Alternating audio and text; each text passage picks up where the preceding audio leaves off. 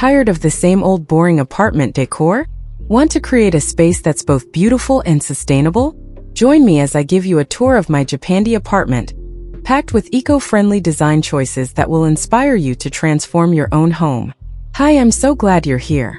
If you've been curious about Japandi interiors or want to learn how to design a calm, functional home while making sustainable choices, you're in the right place.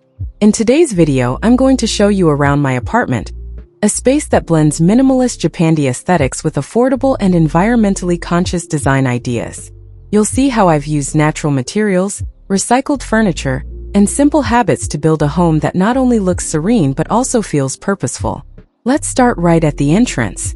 As you step into my apartment, you're immediately greeted by the essence of Japandi design. Clean lines, soft neutral tones, and natural textures. The entryway sets the tone for the rest of the space. Uncluttered, intentional, and welcoming. I've kept the decor minimal here with a locally made wooden bench for slipping off shoes, a simple coat hook crafted from bamboo, and a woven mat made from recycled jute. It might seem small, but this first impression matters. It's about creating calm right from the moment you walk in. The Japandi style is all about balance.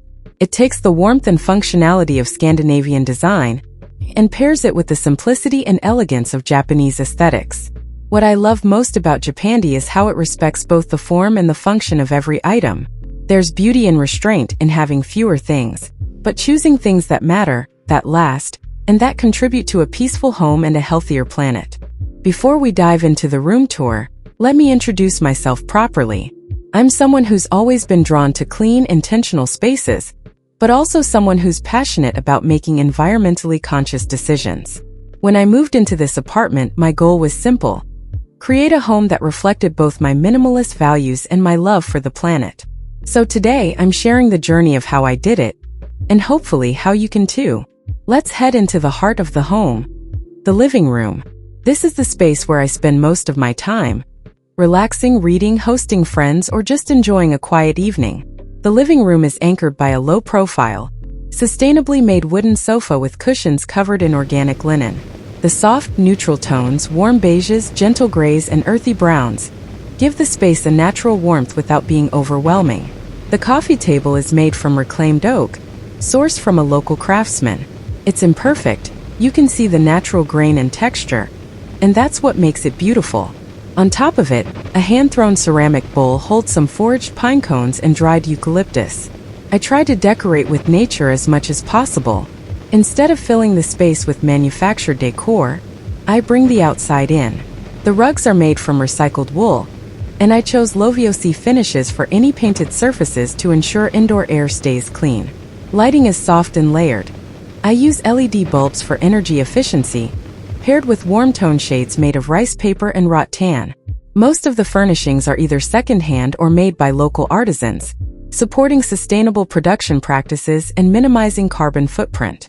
From here we move into the kitchen, a space where functionality is key, but style isn't compromised. The Japandi kitchen continues the theme of natural materials. Stone countertops, a bamboo cutting board, open pine shelving, and ceramic dishware, all chosen to create a calm, cohesive palette that feels warm and grounded.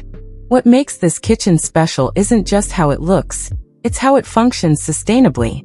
I've invested in an energy-efficient refrigerator and dishwasher, both rated with Energy Star certifications. They save water and electricity daily, and that really adds up over time. Small choices, big impact. I've also ditched single-use plastics wherever possible. Glass storage containers hold grains, pasta, and spices. Reusable beeswax wraps replace plastic wrap. A stainless steel compost bin sits quietly by the sink, ready for daily scraps that I drop off weekly at a nearby community compost center. I use biodegradable dish soap and refillable bottles to cut down on packaging waste. Even simple choices, like using a cloth towel instead of paper, or bulk buying pantry items to reduce waste, make a real difference in a space like this. It's all about finding balance. Beautiful, functional, and mindful. Now let's head into the bedroom, my sanctuary. This room is probably the simplest in design, and that's exactly the point. I wanted it to be a restful, quiet space. No distractions, no unnecessary items. Just softness, warmth, and air. The bed frame is made from sustainably harvested pine, paired with an organic cotton mattress and bedding made from natural fibers. I chose a warm white for the walls, paired with soft linen curtains that let in gentle morning light. The color palette is earthy and grounded, with beige, oat, and hints of terracotta. The rug is hand-woven wool, passed down from a family member, a meaningful piece that adds history and texture to the room. You'll also notice there's no television here and minimal electronics. I've found that removing digital distractions from the bedroom really supports better sleep and a more mindful evening routine. Instead, I focus on analog moments, reading a book, journaling, or practicing light meditation before bed. Now let's peek into the bathroom, a place where sustainability is often overlooked, but where small choices make a huge impact.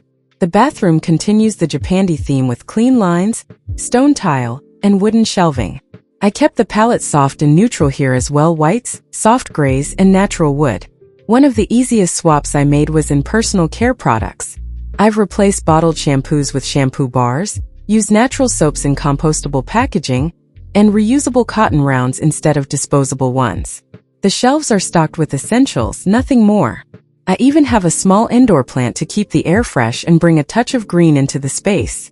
Toiletries are stored in refillable amber glass bottles. It's amazing how much plastic you can eliminate just by switching to refills. My toothbrush is bamboo, my razor is stainless steel, and the towels? Organic cotton, naturally dyed. Even the cleaning products under the sink are simple: white vinegar, baking soda, and essential oils. I keep things low-tox, effective, and budget-friendly because sustainability should feel accessible, not expensive. As we wrap up the tour, I want to leave you with this thought.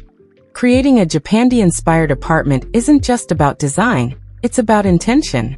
Every corner of this home was shaped with sustainability in mind, not perfection, but progress. I made choices that reflect my values, that support my well-being, and that show respect for the environment. And the best part? None of it required a massive budget or a design degree, just patience, thoughtfulness, and a willingness to do things a little differently. Discover how to create a tranquil and stylish Japandi apartment without sacrificing sustainability.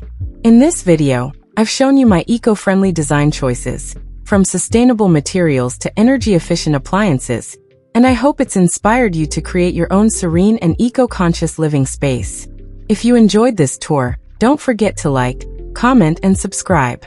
Let me know your favorite part of the apartment, or share your own eco-friendly design tip in the comments. I'd love to hear your thoughts. Until next time, keep creating spaces that feel calm, grounded, and meaningful.